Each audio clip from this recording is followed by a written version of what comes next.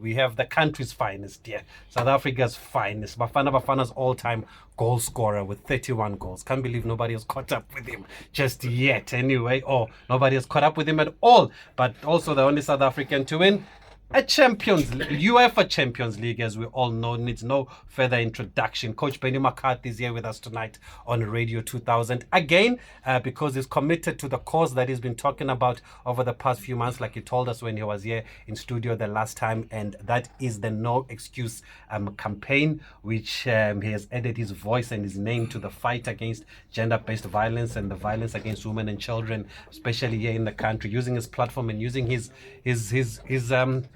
voice also here to create and spread awareness. And he's back to talk to us about this. Good evening, Coach, and it's always a pleasure it's always an honor actually to talk to you. We are always honored to be in your presence. I hope you are well. Thank you again for receiving me and for giving me the opportunity to share with you guys and share to the rest of South Africa about this fantastic cause, that I'm supporting, because it's very important that we know the rights and the wrongs about this campaign, No Excuse. And when we talk to you, we don't just talk to South Africa, Coach. We talk to the continent. We talk to the rest of the world. So I think that's why it's important to have people like you on this campaign. And I remember the last time we spoke, I asked you the same question, that why are you adding your voice to this campaign? And you said at the time that you don't feel that this is work for you. You feel this is something that you can relate to, and it's something that you want to talk about. Does it still feel like that? No, and why? 100%. I think when you talk about something, I don't want to just mention it once and then I've raised my points and that's it. That's me now, done with the campaign. I want people to understand the depths of us really wanting change, and we want men to be better. We are strong characters, we are strong personalities, and physically we're way more stronger, and we still see it happening more and more. So we want a better life and a better future for the young, for the next generation coming up. So I think if we set the standards, if we change how they see the world, by the time they get to us, we've cut out more and more of what we still see happening in today, gender-based violence, men beating women, and so forth. And we want to put a stop to that, and we really plead to the men to do better. And do you feel like these men listen to you, since they respect you, since they know you from football as a player and now as a coach, you are able to get their attention immediately? Most definitely, yes. I think so, because before we used to be quiet about these things. What I do in my personal life is my thing. People see me on the field. That's the Benni McCarthy they know. They don't know Benni McCarthy in his personal life. They don't know what I do, what I get up to, what kind of a human being, what kind of a man I am. Because my feelings is for myself, but in the world that we're in now with the mental health and that, if we keep things bottled up, we just make it worse for ourselves. So I think when you speak up and you speak out, and then there's something that you will say that someone catches on, and that's maybe just a trigger that they need to, okay, so I can make a change, because the person that I love, that I support, that I respect as a football player, he's telling me, because he doesn't do it. So maybe I can also try and be exactly like him. And that's what every other sports personality, footballer with a voice, if they say that these kind of messages, the men out there do listen, and they would follow what their heroes and their role models are doing. So that's why I speak up, because I would never raise my hands for a woman or a child, irrespective of the gravity of the situation or how angry I am. They are the people that we love, and we have to protect them. We have to keep them safe. We can't be hurting them. So that's why I'm very strongly about this We've also had this conversation with Coach Steve Compella, and he was saying now there's even more pressure on him now that he's part of this campaign to make sure that he doesn't change his behavior and to make sure that now he leads by example. Is that how you feel also? Most definitely. We are on a much higher platform than the average man, you know. So we have to lead by example. If we speak about it, we have to show. We have to show the men. Um, we want them to follow us, but we have to do the right things. I can't behave like a thug, but then I preach about men doing the right things, but I'm not doing the right things when I'm on the pitch or that. So, you know, so you have to lead by example and by a good example. And that's how, even if you just change one person's mindset, that's more than enough. You know, that's more than enough. That's one woman less that's getting abused and so forth. And that's why we want this campaign really to work, because we want a better future. We want a better South Africa for everyone, not just for the women and for the children, but we want a better South Africa for men as well. We want men to be able to enjoy ourselves, go out, we can go and have a drink and we can have fun. But then when you come home to a loving family, you know? And that's the change that we want. And only by protesting and going out there and Creating really awareness. creating awareness.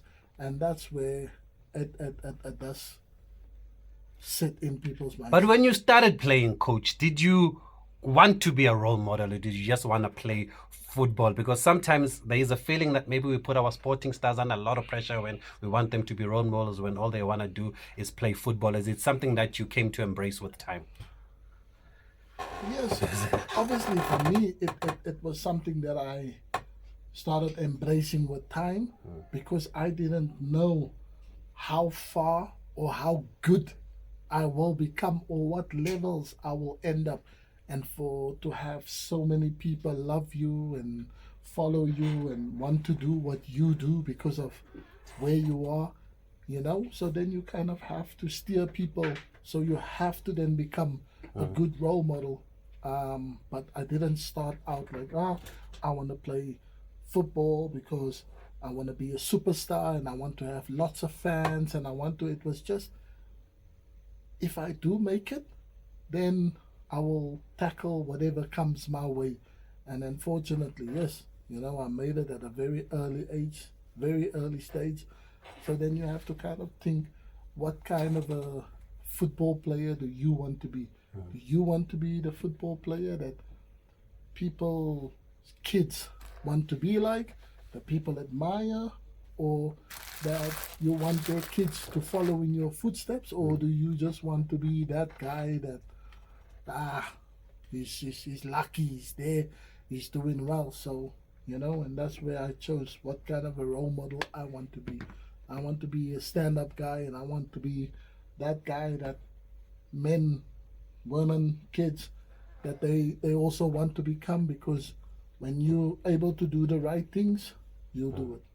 And how much of it has to do with your upbringing? Because we know about how you grew up and how you used to play in these Sunday leagues, in these gangster leagues. So for you to be able to escape that environment and those social ills and go on to become what you've become is just remarkable. But how were things at home? Did you grow up in a home with a present father? Was your dad present? Because I remember when he passed away, I think it was 2008 when the statement was released by Glenn Binkin, and just it was a sad time at the time. But was he always there for you?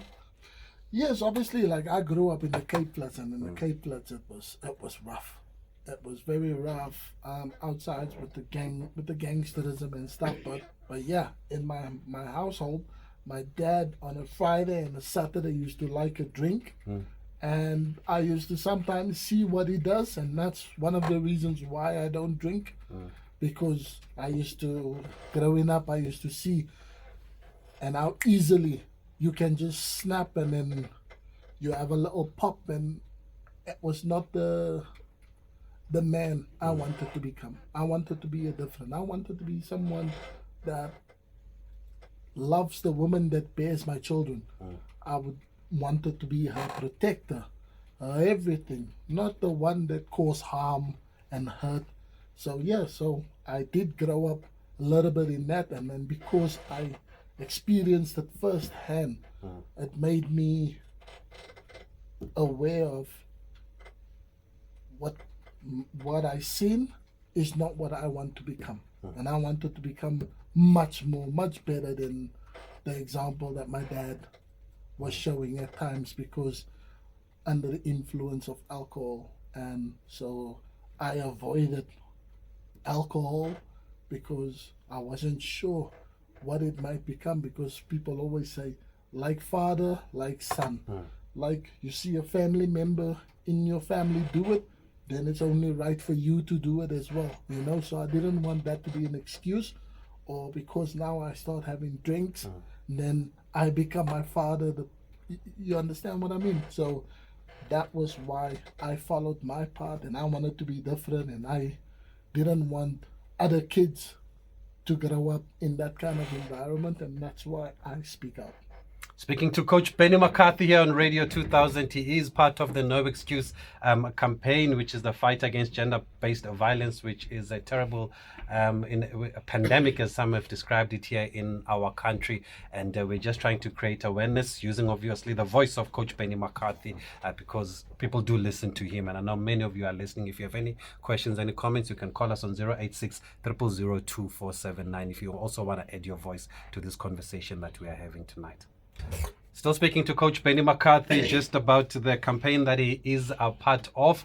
We already have a call from Bloom. As you can imagine, a lot of people are happy to hear from Coach Benni McCarthy. So let's go to Zolani. Good evening. You just had to, eh?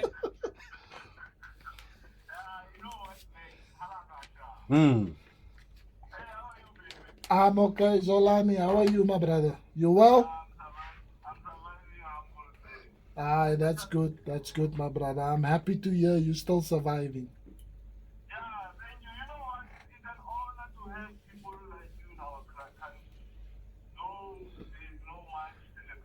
Thank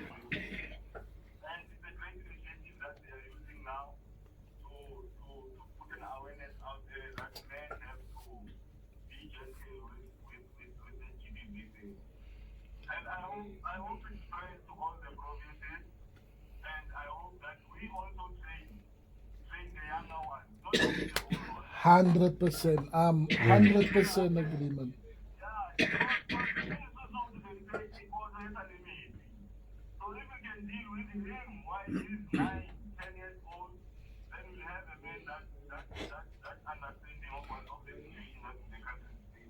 Okay, thanks. Thank you for your call, my brother, and I'm 100% behind you on what you said there. It makes perfectly sense. Oh, let me go to Queen Chantel on line 4. She only calls us when we catch a big fish. Good evening, Queen Chantel. Oh, no, we are good, thanks. Benny is here. Well,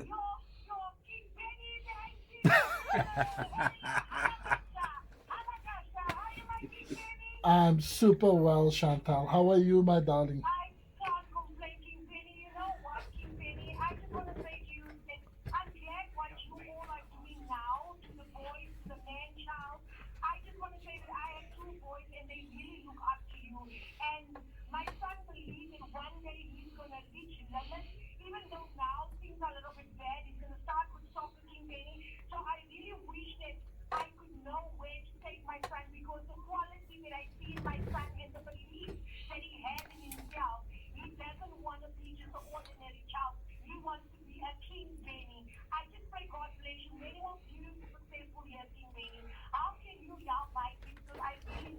How old is he now, Chantal?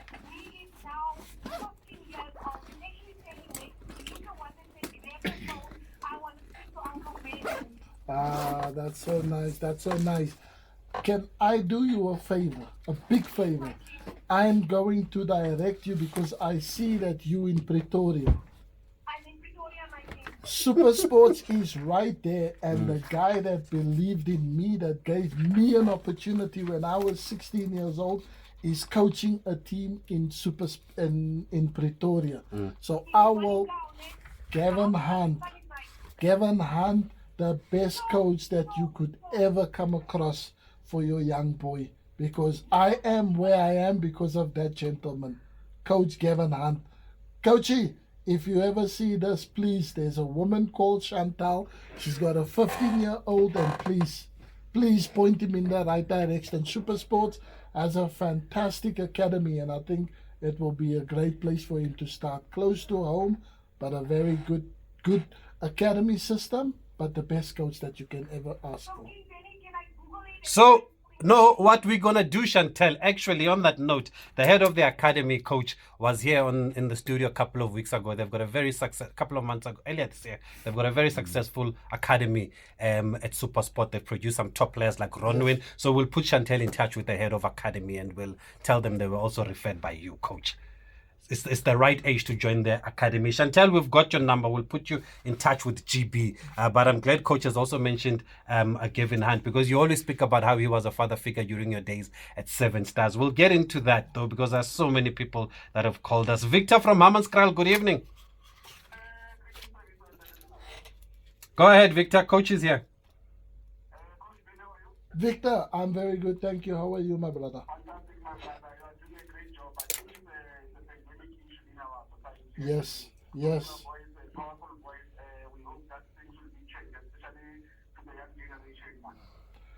I hope so too, and I hope the message that we're spreading with your help, that the next generation and ourselves, we can do more to protect our women, to protect, our kids growing up to become great leaders of this country and great men.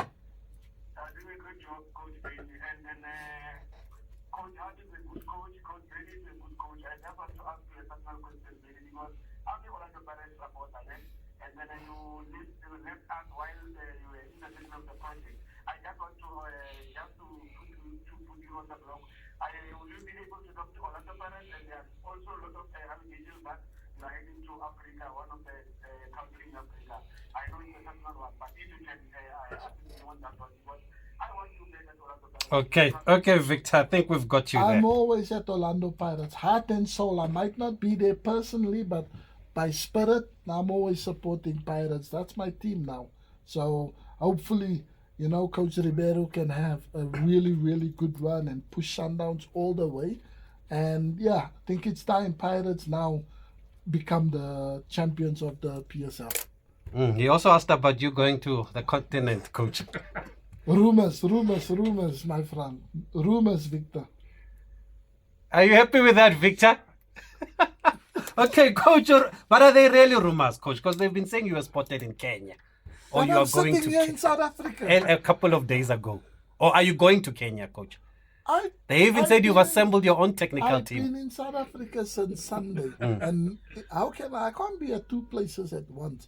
I'm ambassador for Carling, and that's my duty. I was Sun City, so if Sun City is Kenya, then I don't know. From South Africa, you're going Back home to Scotland? Yeah. Okay, Victor, there it is. But coach, you talk about Pirates and your love for Pirates. We spoke about your father before the break. There was a time when you were at Pirates, and there was a rumor that whatever you were getting at Pirates, you were just sending to your mother. You were just working for your mother here because of the role she played in your career. How do you describe the role your mother played? Is it Dora? Yes. Dora. Yeah. You see, we even know your mother's name. You've been such a big part of our life. She's my pillar of strength, and I think the man I became was because of my mother. She was there for us, dedicated. She worked 2 jobs sometimes so that me, my brother, and my sister, we could have football boots or school shoes for school so that we can have that. We don't become a burden for other people. So my mom used to juggle 2 jobs, and I absolutely love her for that. And because of that, that kind of made me grow into a strong man, because I wanted to be there for her. Like, her sacrifice, her dedication, she put her life on the line for me, my brother, and my sisters. So when I struck gold with Coach Gavin Hunt giving me the opportunity, and then I got spotted and signed for Ajax Amsterdam and started earning millions, it was only fair that me being in that situation was thank you to my mother. So I would make sure that she doesn't she doesn't need a single thing in this world that a son can't get her. And that's why behind every great man, there's a powerful woman, and that woman was my mom. Hallelujah. And now it's my wife. Oh, maybe not. Otherwise, I'm Yeah, ready you to better go say to the right the- things. Eh?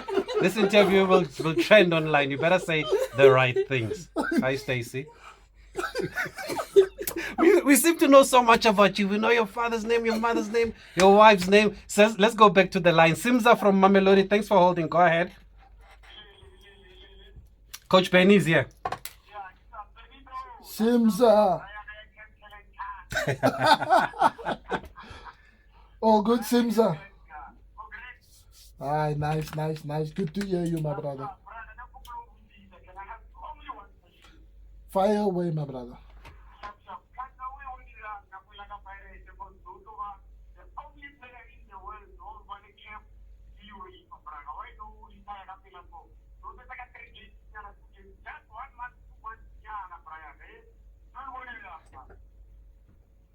You want to know why he left Pirates early? I know, and I think if I was a little bit mentally stronger at that time, I would have stayed at Pirates, and that was one of my biggest regrets in life, that I did retire. But I think my situation at that time, we were doing really well. The chairman then brought in Eric Tinkler and Roger De Sa as the head coaches. And with the fights that we had when they were the coaches of Wits, so it was just a lot of too much water under the bridge there to salvage. And yeah, they came in, they wanted their way of play, their style of play, and they didn't feel that the senior players was part of there. They wanted all the young players, the new Sefise Mienu, Tabo Matlaba, fantastic young players coming through. So yeah, and they felt like Benni McCarthy, Munib Josephs, Lucky Lechwate,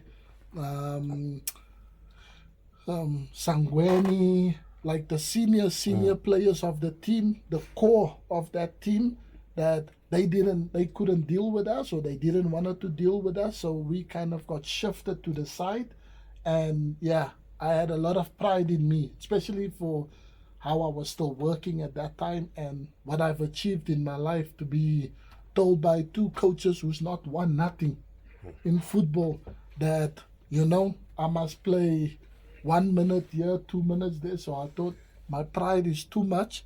So let me rather take myself out of the equation. Let me retire. Let me step back and let them pursue their coaching career, because they were young coaches also at the time, and let them have a good chance with the young Pirates team, the players that they have, without worrying about the senior players. And that's why I kind of retired. But now that when I think about it, it was my worst mistake, my biggest mistake I did. I should have just be a little bit more tougher and had pride, because we would have won the Champions League, and then we ended up losing the Nedbank final, the Champions League final. We lost the league, everything. They lost everything, those coaches.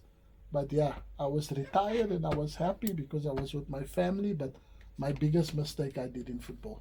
And did the beef, as they say, start during those days at Vets, or was it before? Had you known them before? Oh, we were teammates in Bafana. In the national team, teammates obviously, in yeah. Bafana, but I was the young guy, so I never spoke out, or they were just there and there about it. It was more just when they started becoming coaches, and the clash with Orlando Pirates. So I don't know, was gonna put them on the map as coaches when they have success against the Pirates team, the mighty Buccaneers of that double treble teams. So I guess that's where it was just too much water under the bridge. Interestingly, when the players though speak about your time, they speak so highly of you. It's like you were a father figure to them. Apparently, you would give them money, you would hold parties for them. You even fought for certain issues that have now been put in place at the club years after you've left. But let's go back to the line. Sebastian from KZN, thanks for holding. Go ahead. Ooh. Okay, Makura, are you there? Mtata. Okay, Makura also not there. Sebastian also not there. Please call us back on 086 000 and 5. And the reason I mentioned the players, coach, is that do you feel now that you are a coach now, things have changed, like you are saying now, dressing rooms are even more are spaces where players can talk now and say they've got mental health issues. They've changed from back in the days where you used to keep everything to yourselves. And can you understand now when you're on the other side where the players are coming from? No, yeah, 100%. Because I was a player myself. If I had problems, I had to solve the problems by myself. You know, I didn't bring my problems to the training, or I didn't bring my problems to the club or to the match. But in today's society, is far more brutal than when I was there. I could endure all the critics and the slandering and the name calling, but now people just have on their thumb, and they tell you the most horrific thing that you never expect even exists, because someone can sit behind a screen and say that. So I am more open with players, and I want players to play on the pitch, on the trainings. When they go home, they must be able to play with an open mind. Like, because there's no hiding place in here. We all men, we all tough, yes, that, but we all have a vulnerability about us, you know. So that if we can't say things in front of each other, because we share everything. We're together almost every day of the week and weekends, games and stuff.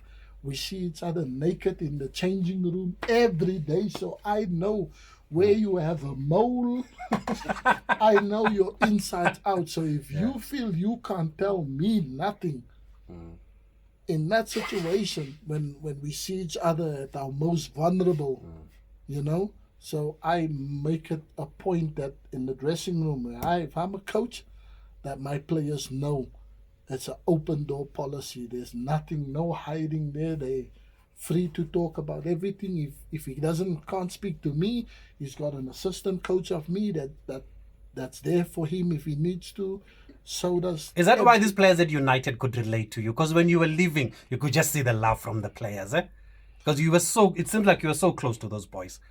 No, listen, of course, like I said, you together every day, and you start picking up things, and you know, and then we have a laugh. And with me, they could be the way they couldn't be with the manager. The manager is the father figure, he's the leader. He set the tone, he makes the rules, and sometimes some of the players didn't agree with the rules that he makes. So be like, okay, he wants to be like that, then let him be. So they come to someone else, they come and seek comfort. Benny, please, we tell you a story. Can you maybe convey the story to the manager in a nicer way that, you know, they don't get in trouble? So it was like that. And because they had that relationship with me, and then it became kind of openness, and there was a lot of love there. Okay, that's our conversation with Coach Benni McCarthy. We're going to have to leave it there. It's been a long day for this man. We're grateful for the time he spent to us, and that you don't forget where it all started, Coach, and we appreciate all the time that you give us when you always come to the country. Thank you always again for having me. It's been an absolute pleasure, and I absolutely love this platform. So thank you very much, and all the very best to you guys. And we're going to share the campaign and the website also of No Excuses after this break.